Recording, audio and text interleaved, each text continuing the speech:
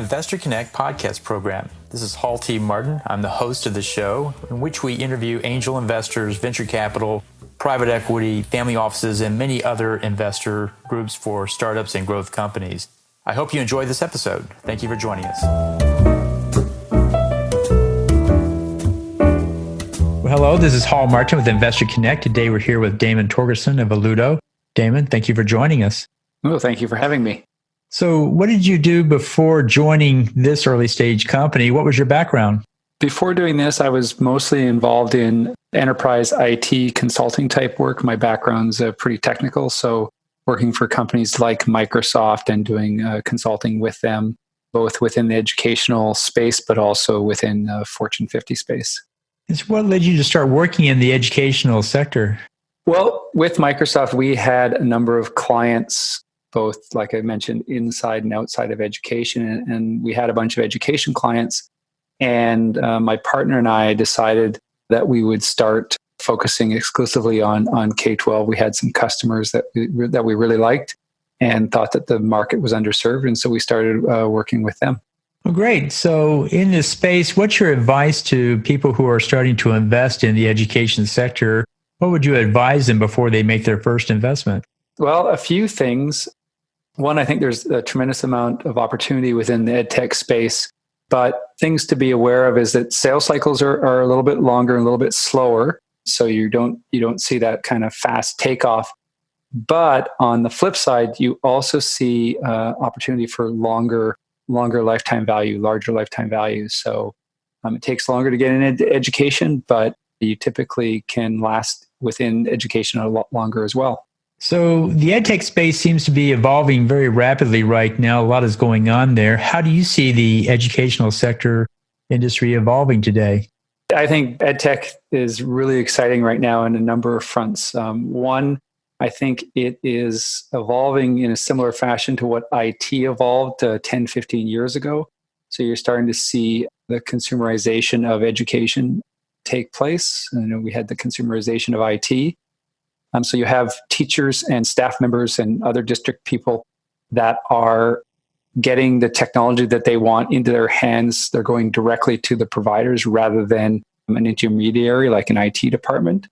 So that's creating some real challenges for school districts in the same way that it created challenges for IT. But it is happening. So you're seeing a lot of direct to teacher, direct to staff member kind of sales models. I think another area that's very exciting from an investor's perspective is there's just a lot of disruption in general. And so there's a lot of players and you're starting to see a lot of consolidation occur.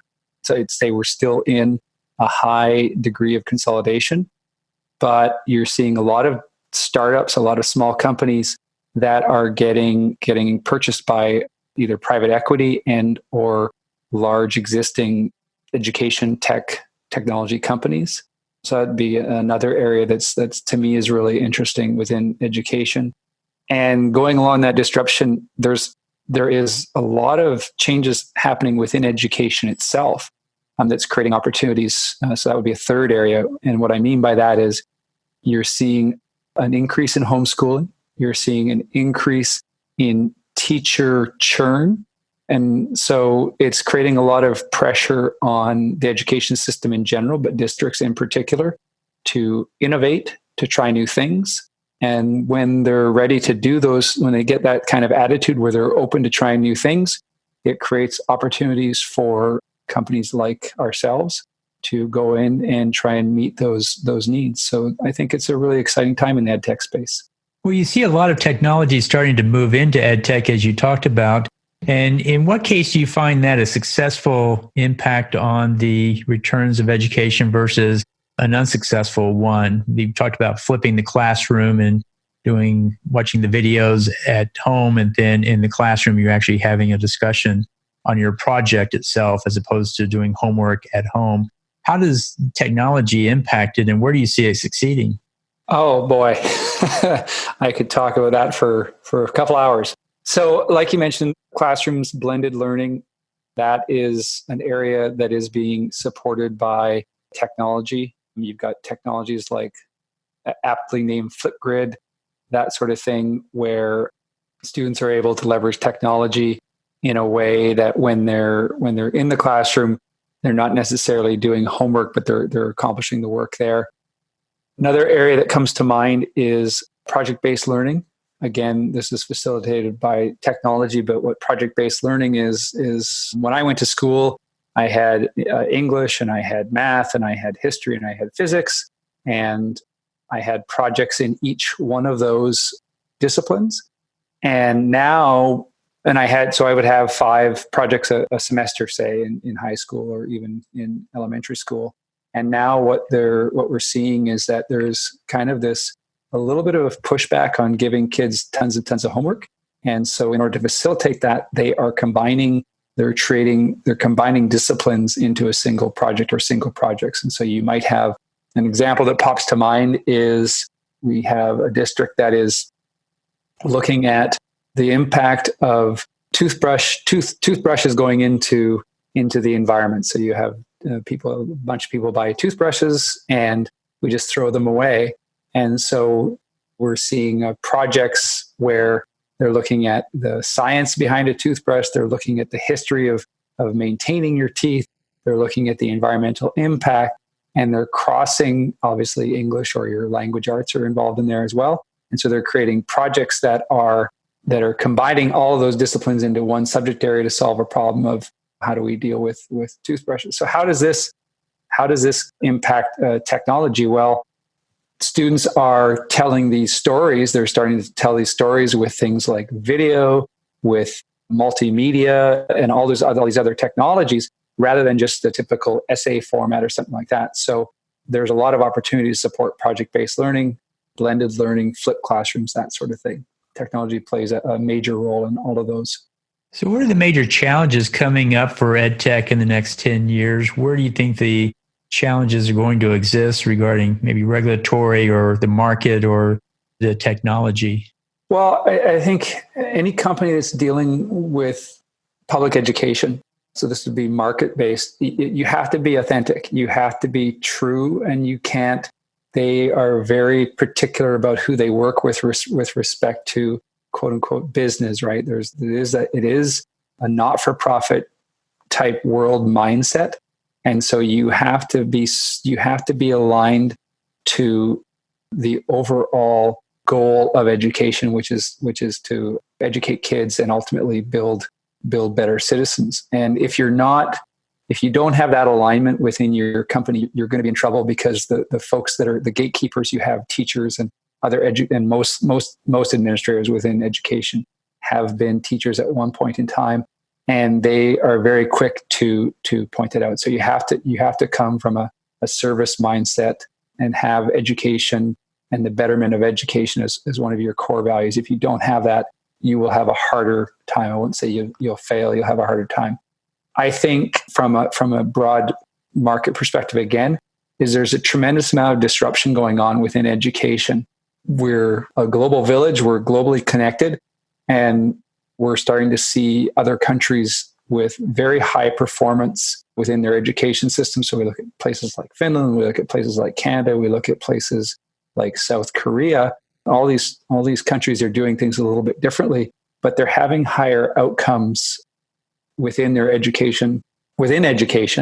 And so now we're looking within education from the US perspective, and we have a very kind of industrial revolution type mindset where students are customers and teachers are workers on a factory floor. That whole model is changing.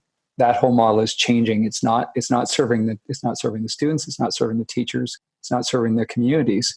And so what you're seeing technology play a really big part of this, in that we're doing things, not we, the schools themselves, the teachers themselves, the administrators themselves are implementing things like project-based learning. They're flipping the classroom. They're doing blended learning. And so there's a tremendous amount of disruption going on within education. I think it's a great time, because when there's challenges, when there's problems, it's a great time for people to suggest solutions. But at the same time, if you're within the status quo, you're going to have trouble maintaining your place in the education market. Well, great. So how does Alludo fit into the ed tech scheme? What do you guys do?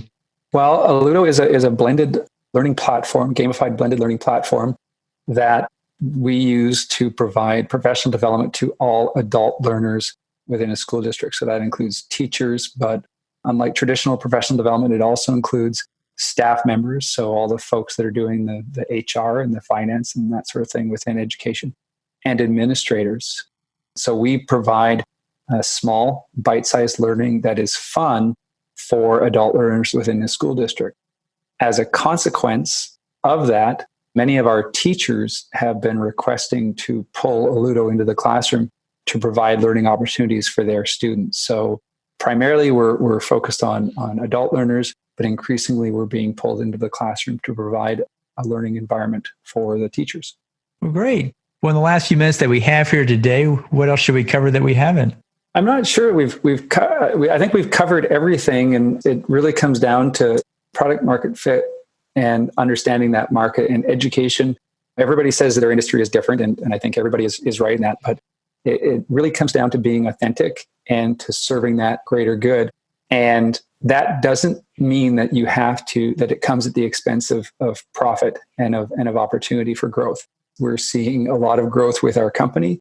And I think there's a tremendous amount of opportunity for both investors and for companies to come into education, make things better, and to turn a really good profit. Well, that's a good point. Well, how best for listeners to get back in touch with you?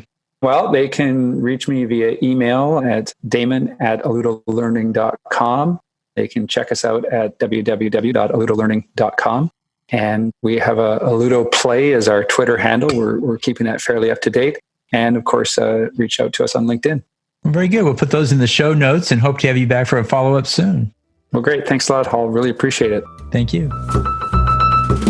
Investor Connect helps investors interested in startup funding. In this podcast series, experienced investors share their experience and advice. You can learn more at investorconnect.org.